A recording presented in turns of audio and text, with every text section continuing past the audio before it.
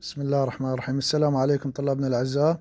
اليوم رجعنا لكم بدرس جديد في يونت 2 لسن 2 يونت الثاني الدرس الثاني. إذا عندك ملزمة افتح على هاي الصفحة، وإذا عندك نشاط صفحة 29 كتاب النشاط. هنا عندنا تمرين مهم وزاري، وهو أفعال الضرورة أو الإلزام وأفعال عدم الضرورة وعدم الإلزام، اللي هي must مثل ما تشوفون بالاختيارات، وmustn't يجب ولا يجب، ونيد يحتاج، نيدنت لا يحتاج، وأيضا عندنا don't have to أيضا معناته لا يحتاج، وmustn't لا يجب. هنا هذا الموضوع أفعال الإلزام وعدم الإلزام تجي دائما على شكل اختيارات، فأنت تأكد من الجملة قبل ما تختار، لأن must معناته يجب وتستخدم للإلزام بنسبة 100%، ضروري جدا إلزامها.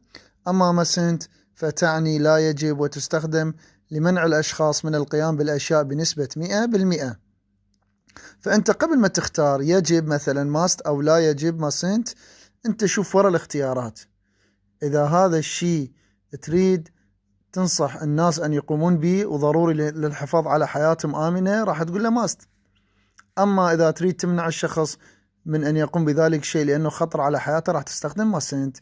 أهم شيء تقرأ وتترجم ما بعد الاختيارات. فمثلا هنا عندنا when you get in a car، عندما تصعد في سيارة، you must يجب قلنا إلزام 100%، mustn't لا يجب وتمنع 100%. put on ارتدي أو ضع. شنو معنى put on؟ ارتدي أو ضع your seat belt حزام أمان. فهنا من تشوفون كلمة ارتدي أو ضع حزام أمان راح تقول له must، راح تقول له you must. ماذا تختار؟ you must، راح تختارون must. number 2 there is petrol in the car، يوجد وقود في سيارتك. so you need تحتاج، needn't لا تحتاج. go to the petrol station الذهاب إلى محطة الوقود. طلاب go to petrol station الذهاب إلى محطة الوقود. احنا بالبداية مكتوب there is يوجد، بالبداية شفناه there is petrol in the car يوجد وقود في سيارتك. إذا أنت لا تحتاج المحطة، هنا راح تختارون needn't. نختار طلابنا needn't. زين. number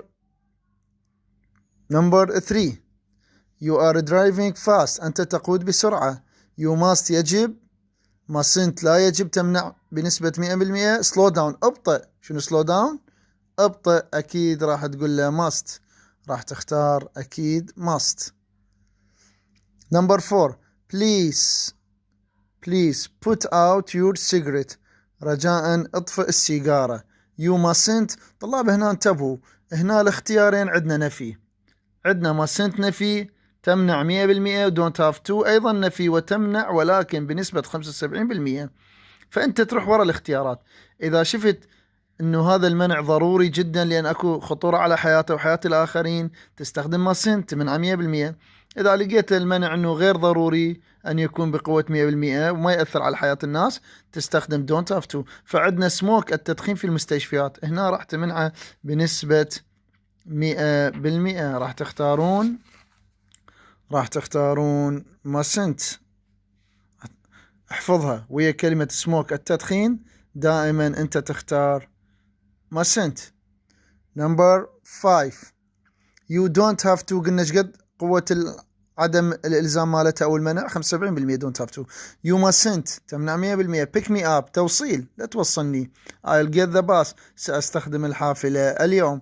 هنا عندنا ماكو حاجة لأن يكون المنع بنسبة 100%، ماكو خطورة على الحياة، فنختار ويا كلمة pick me up التوصيلة نختار. إذا منعنا الآخرين من توصيلنا لأن نستخدم الحافلات راح نقول له don't have to. number 6 police officer على رجال الأمن يجب، must يجب أما mustn't لا يجب. prevent crimes قلنا احنا أهم شيء عندنا ما بعد الاختيارات، prevent crimes هو منع الجرائم، فهنا تختارون must يجب أن يمنعوا الجرائم. number 7 I mustn't قلنا قد تمنع mustn't 100% وضرورية لنمنع الأشخاص من القيام بالأشياء. needn't 75% هي نفس don't have to تمنع بنسبة 75%. be back later أنا لا أستطيع أن أتأخر بعد 8 o'clock 8 tonight الليلة. or my parents وإلا الوالدان will be angry سيغضبان وينزعجان. هنا أنا أي شيء قانون مفروض علينا، يعني مو بيدنا هذا الشيء هم نختار ماسنت، يعني مو إلا خطورة على الحياة. إذا شفناه فد شيء قانون مفروض علينا ومو بيدنا فأيضا نختار ماسنت. وأكو هنا عندنا مثال وزاري آخر: هبة needn't and mustn't go to the supermarket. الذهاب إلى السوبر ماركت ما بتأثير على الحياة ولا نمنعه 100%، فنمنع بنسبة 75%. needn't. هذا التمرين كلش مهم في صفحة 29 من النشاط، وإن شاء الله يجي منه بالوزاري كل سنة. السلام عليكم.